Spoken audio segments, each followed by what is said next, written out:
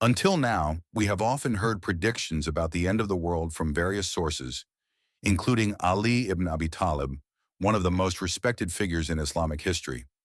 Did you know that in some traditions related to him, there is mention of a country in the East that will reach its peak in the end times? This country is described with characteristics very similar to our beloved nation. These are not just predictions. There are solid reasons that make us wonder.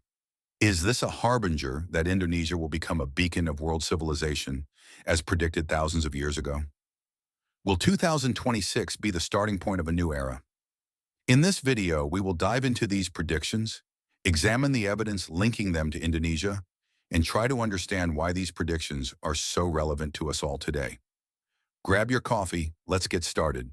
Ali ibn Abi Talib, one of the closest companions of the Prophet Muhammad and known as the Gate of Knowledge, left behind numerous sayings containing predictions or prophecies about the events of the end times.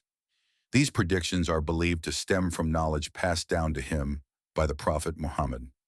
It is important to note that this information is commonly found in books and traditions dedicated to the end of the world, such as the book Predicting the End of the World by Ali ibn Abi Talib, Conditions of the End of the World and Great Events, written by Sayyid Ali Ashur, or in books like Al-Jafar. In a dark era, hidden in a mysterious Eastern country, there existed ancient predictions concerning the end times. These predictions are tied to the greatness that a country called Nusantara will achieve. This country has a connection with the highly respected figure of Ali ibn Abi Talib, who heard revelations from the Prophet Muhammad about the end times. However, these predictions not only spark curiosity, but also fear in the minds of many people. Interestingly, these predictions are also mentioned in stories about saints, hidden in books. This issue troubles the world because people fear the future foretold by those with secret knowledge. Therefore, here we will break down these fears and concerns to turn them into comforting news. Remember, Islam is good news from the heavens, not a religion of terror containing only doctrines about paradise and hell. So, let's dive into this topic together. In the end times, the country in question will reach the peak of its greatness with open islands during the era of Imam Mahdi and the Prophet Jesus.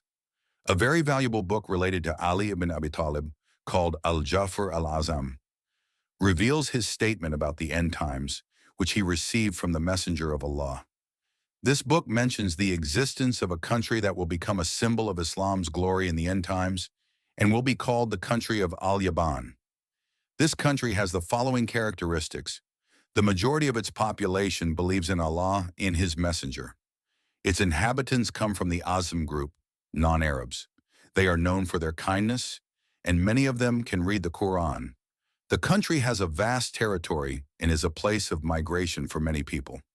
It is protected by numerous high mountains and often experiences earthquakes. It maintains diplomatic relations with neighboring countries such as China in the east and a country beyond the Yellow Sea, whose name resembles that of its former ruler, Korea, or modern-day Korea.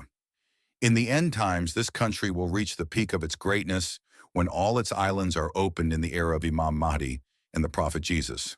The country possessing all these 8 characteristics is called Al-Yaban in the book Al-Jafar al-Azam, which was later mistakenly translated into Indonesian as Japan.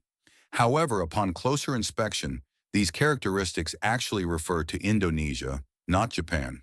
How so? Well, don't ask me, but all right, I'll tell you. So why was the word Al-Yaban in the book Al-Jafar al-Azam translated as Japan? The answer lies in the fact that the word Al-Yaban is the Arabic pronunciation of Al-Yafan, similar to the name Swarna Dwipasham, the Sanskrit name for the island of Sumatra, which in Arabic is pronounced as Suwarnadip. It is also no coincidence that on an old Dutch map of the island of Java, there is an area called Jaipan, similar to Japan. Muhammad Ali, in his book Afro-Semitic Philology, Sanskritization of Hebrew, claims that Abraham is a term borrowed from Vedic Sanskrit, derived from the word Yavanvipam Sherm, which then underwent a process of transliteration to Yavavipa, meaning the island of Java. Thus, we can understand that the country Al-Yaban, the pronunciation of Al-Yafan in Arabic, mentioned by Ali ibn Abi Talib in his book, refers to the country of Nusantara, with the island of Java as part of it.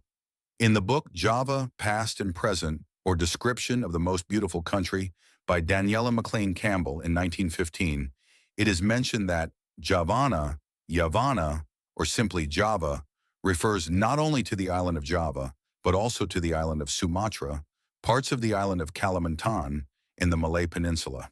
This includes the entire Indo-Chinese archipelago. Thus, Al-Yafan actually refers to the territory of Nusantara, which includes the islands of Java, Sumatra, Kalimantan, the Malay Peninsula, and the entire territory of Indochina. This territory, during the spread of Islam by Sheikh Jumad al-Kubra, the grandfather of Sunan Ampel, Sheikh Maulana Isaac, the father of Sunan, and Sunan Ampel, the father of Sunan Bonang, was called Javi.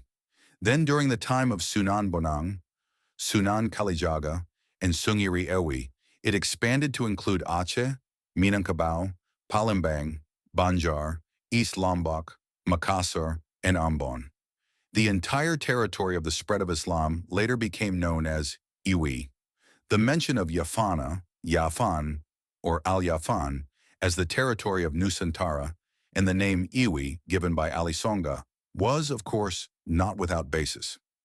In the book History of Vegetable Cultivation, Compression of Botanical, Medical, Food and Chemical Terminology, written by Henry Phillips in 1822, it is mentioned in ancient literature from 595 BCE that calamus, a type of bamboo sold in Western markets, came from the East Indies or modern-day Indonesia and was also called Javan.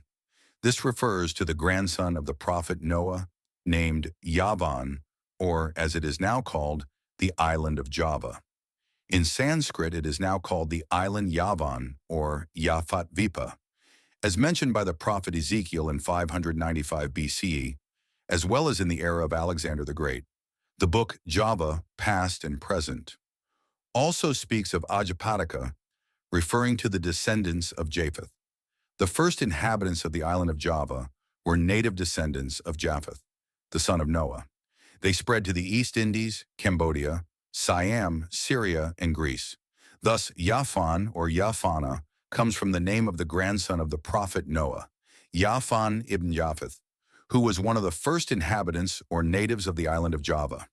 In Sanskrit, this is called Yafa Dwipa. How then can Yafan or Yafana, which comes from the name of the grandson of the prophet Noah, be related to Wali Songo and become Javi? The answer lies in the text of the Old Testament in Hebrew. These are the descendants of Shem, Ham, and Japheth, the sons of Noah. After the flood, they had sons, and the descendants of Japheth were Gomer, Magog, Madai, Yavan, Tubal, Meshech, and Tiras. These were the inhabitants of the islands of Goim, descendants of Japheth, who divided into their lands according to their languages and their tribes. This text mentions that the descendants of Japheth, the son of Noah, including Yavan, were the first inhabitants of the islands of Goim. The word Goim in Hebrew is read as Javi. Thus, Wali Songo rightly called Yavana or Yavan as Yavan Javi. Interestingly, this prediction is also mentioned in the book Bhavishya Purana in the Pratisarga Parva section. This book states that at the end of the Kali Yuga era, the people of Yavana will rule world civilization. In the book Ramayana, in the Kishkindakanda section, chapter 40, it is stated, "You will enter the territory of Yafanafipam, consisting of 7 kingdoms." In the Mahabharata, it is mentioned that this occurred around 604 BCE. It is said that people were sent to earth and multiplied, forming various nations. It is also mentioned that in the Treta Yuga era, on the island of Yavanusantara, there existed 7 magnificent kingdoms: Yafadlipa, Karnadipa, Malaya, Vipavana, Deva, Sulandrapa, and others. In conclusion, there are 3 great books that predict the prosperity of a country in the East. The book Al-Jafar al-Azam by Ali ibn Abi Talib, the book Sunan Sendang, Dur, Singha, and the Hindu book Bhavishya Purana. All 3 predict that a country called Yafana, Yafan, Al-Yafan, or Yafadlipa will prosper and lead world civilization in the end times. This country, We hope this is not just a prediction, but a reality that will bring blessings and progress to Nusantara in 2026, especially to Indonesia, which is currently under the leadership of President Prabowo Subianto. Yeah,